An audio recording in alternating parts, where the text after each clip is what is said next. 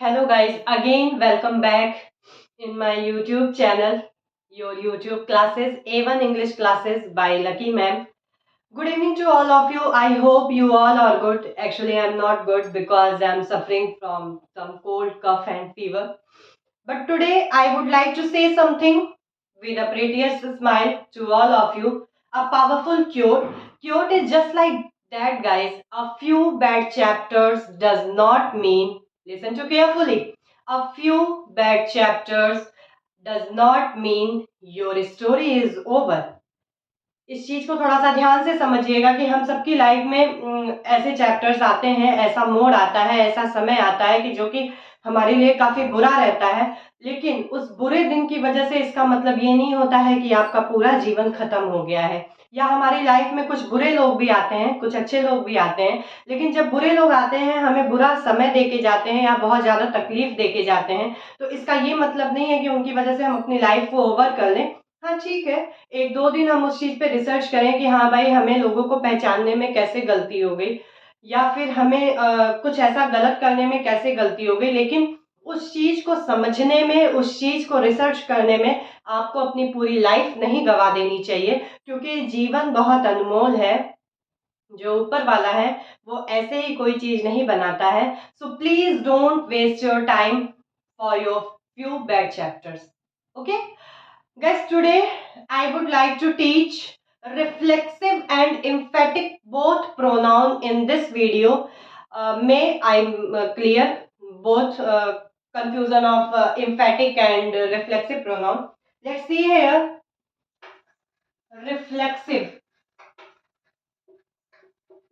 एक तरफ मैंने लिखा रिफ्लेक्सिव, एक तरफ लिखा emphatic.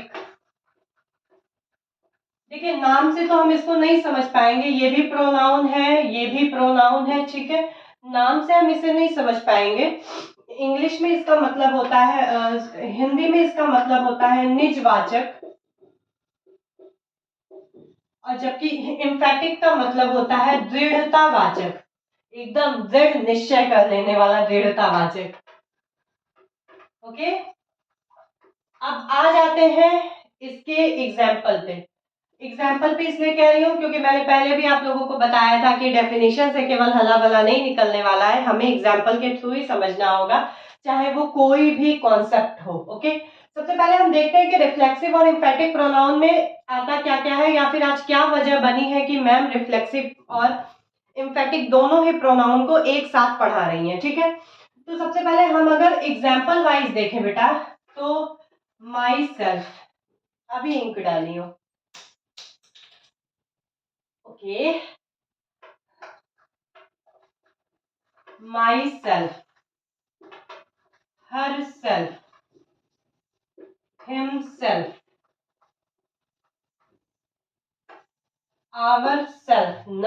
ourselves, because it is plural number. Ourselves, themselves, myself हो गया, herself, himself, ourselves, themselves। ठीक है गाइस, एक चीज तो क्लियर हो गई है कि ये जो रिफ्लेक्सिव प्रोनाउन है या फिर एम्फैटिक प्रोनाउन है, ये सारे किससे मिलके बने होते हैं? पर्सनल प्रोनाउन में हम क्या जोड़ देंगे? सेल्फ या फिर सेल्फ्स। अब दिमाग में आ रहा होगा मैम कब सेल्फ जोड़ेंगे, कब सेल्फ जोड़ेंगे, तो सेल्फ सिंगुलर नंबर के लिए जोड़ेंगे बेटा, और प्लूरल नंबर के लिए हम क्या जोड़ेंगे? सेल्फ जोड़ेंगे। ये तो बात हमारी क्लियर हो गई कि मैम ये तो रिफ्लेक्सिव प्रोनाउन में भी माई सेल्फ आएगा, हर सेल्फ आएगा, हिम सेल्फ आएगा, आवर सेल्फ आएगा, देम सेल्फ आएगा, एम्फैटिक प्रोनाउन में भी आएगा। अब इसका यूज कैसे करेंगे? ये सारे एग्जाम्पल तो एक ही हो गए हैं, कोई नहीं, इसका भी डाउट आज क्लियर होगा।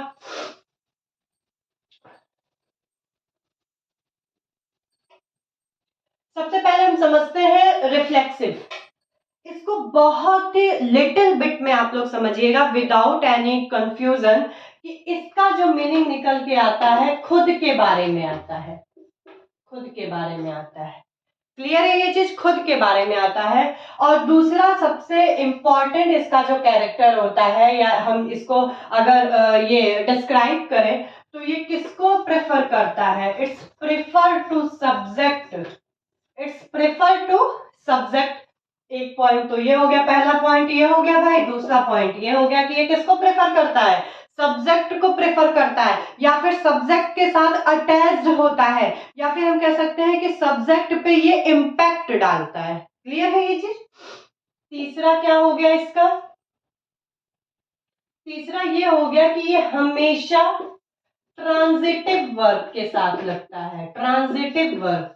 ओके, अब मैम ये ट्रांजिटिव वर्ब क्या है, तो बेटा बहुत ही ब्रीफ में समझाऊंगी, क्योंकि वर्ब के क्लास में इसको मैं एकदम ये विस्तार डिटेल में बताऊंगी। Transitive, there are two types of verb, transitive and intransitive. Which verb have object that is called transitive। Transitive means होता है सकर्मक क्रिया।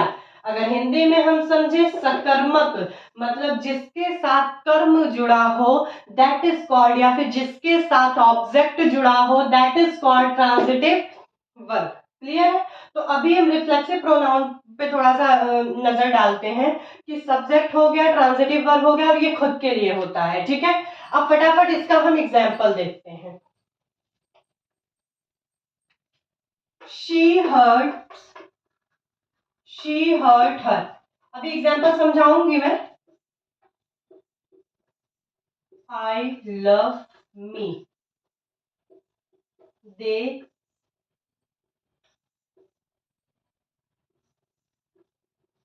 fight them।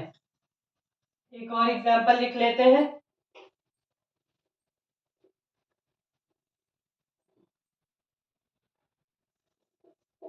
I talk me। Ma'am इसमें तो कहीं सेल्फ या सेल्फ का यूज ही नहीं हो रहा है, या फिर कह सकते हैं कि इसमें कहीं भी रिफ्लेक्सिव प्रोनाउन का यूज नहीं हो रहा है। तो वही चीज मैं आप लोगों को क्लियर करना चाहती हूँ कि रिफ्लेक्सिव प्रोनाउन किस टर्म में यूज होता है। ठीक है, मैंने बोला I talk me, she hurt her, यहाँ पे हर्ट्स हो जाएगा, sorry. I love me, they fight them. I talk me, मैं मुझसे बात कर रही हूँ, ये नहीं होगा। क्या हो जाएगा यहाँ पे, आई टॉक माई सेल्फ, मैं खुद से बात कर रही हूँ। अब ये कैसे हो गया, नहीं। कभी कभी ऐसा होता है कि नाइट में हम सोने से पहले हम खुद के बारे में जब हम रिसर्च करते हैं, हाँ भाई आज हमने ऐसा किया वैसा किया, ये that is called I talk myself. Okay, second, she hurts her.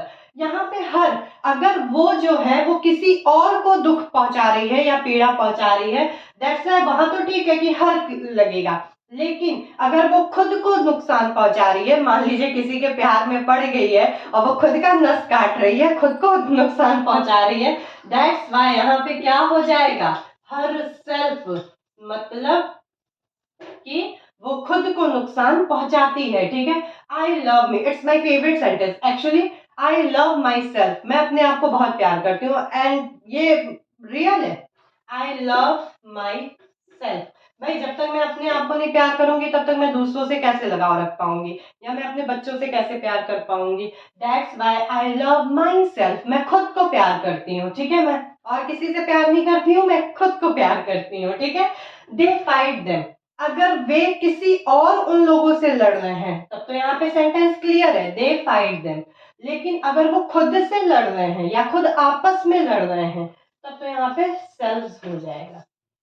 I hope clear है ये चीज। मतलब यहाँ पे खुद के लिए जब यूज करते हैं तो रिफ्लेक्सिव प्रोनाउन। अब थोड़ा सा इस पे नजर डालते हैं कि ये कॉम्पिटेटिव लेवल के लिए किस हिसाब से इंपॉर्टेंट है। कॉम्पिटेटिव लेवल में बेटा जब रिफ्लेक्सिव प्रोनाउन का यूज आता है तो वो रिफ्लेक्सिव प्रोनाउन कह के नहीं आता है, वहां पे आपका दे देगा मी लगेगा या माई सेल्फ लगेगा। ठीक है, तो वहां पे जब कॉम्पिटिटिव लेवल की अगर हम बात करें तो वहां पे तो आपके हिसाब से ये भी सही है ये भी सही है, नहीं, वहां पे केवल और केवल ये सही है। क्यों, क्योंकि अभी मैंने आपको एग्जाम्पल बताया कि इसमें कुछ एग्जाम्पल में ये ऑपोजिशन है कि जरूरी नहीं है कि हमारा ऑब्जेक्टिव केस ही लगे, हमारा रिफ्लेक्सिव प्रोनाउन भी ऑब्जेक्टिव केस के रूप में लग सकता है।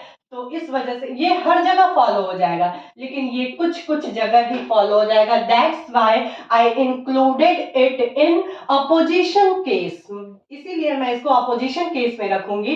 राइट हमेशा कौन रहेगा, रिफ्लेक्सिव प्रोनाउन रहेगा। आई होप क्लियर हो गया। भाई खुद के लिए है, सब्जेक्ट पे इंपैक्ट डालता है। इसका अगर मैं आम भाषा में बोलूं तो सब्जेक्ट से सीधा लगाव है, मतलब यह है कि यहाँ पे ऑब्जेक्ट में भी किसकी बात होगी, सॉरी हाँ ऑब्जेक्ट में भी किसकी बात होगी, सब्जेक्ट की ही बात होगी। अब आ जाते हैं इम्फेटिक प्रोनाउन। इम्फेटिक प्रोनाउन बेटा वर्ड जो बना है वो इम्फेसिस से बना है। किससे बना है, इम्फेसिस से बना है। इम्फेसिस का मतलब होता है जोर डालना या किसी भी चीज को प्रेशराइज करना, और प्रेशराइज ये भी किस पे करेगा, सब्जेक्ट पे करेगा। ठीक है, किस पे प्रेशराइज करेगा, सब्जेक्ट पे करेगा। इसकी एक खासियत और है कि ये सब्जेक्ट के बाद ही यूज होगा। It uses after of subject, ये सब्जेक्ट के तुरंत बाद यूज होगा। मीन्स इसको हम समझ लेते हैं, subject plus emphatic pronoun. Simple सी बात है, सब्जेक्ट के तुरंत बाद यूज होगा। अब आप लोगों के दिमाग में आ रहा होगा कि मैम इसकी हिंदी मीनिंग क्या निकलेगी। तो बेटा जो इसकी हिंदी मीनिंग निकलती है वो खुद निकलती है। गौर कीजिएगा, लिटिल बिट डिफरेंट है, कंफ्यूज होने की जरूरत नहीं है। जो रिफ्लेक्सिव प्रोनाउन होता है उसमें जो हमारा हिंदी निकलता है, मीनिंग निकलता है, वो खुद के निकलता है, जबकि यहाँ पे केवल खुद निकलता है। ठीक है, I think video is too long for today. एक दो एग्जाम्पल में समझा देती हूँ।